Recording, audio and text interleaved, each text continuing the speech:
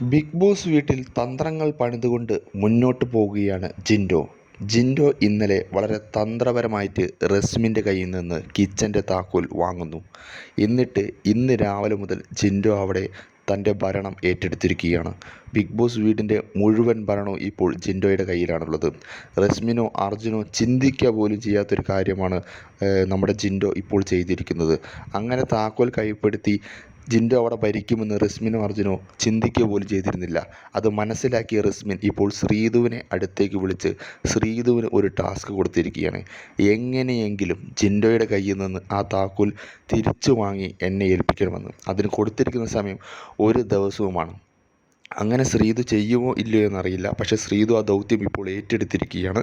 അങ്ങനെ ശ്രീധു ചെയ്താൽ ഇന്നലെ റസ്മിൻ്റെ കൂടെ കൂടിയ അർജുന് നെഗറ്റീവ് വന്നതുപോലെ ശ്രീധുവിന് നെഗറ്റീവ് വരുവാൻ ചാൻസ് ഉണ്ട്.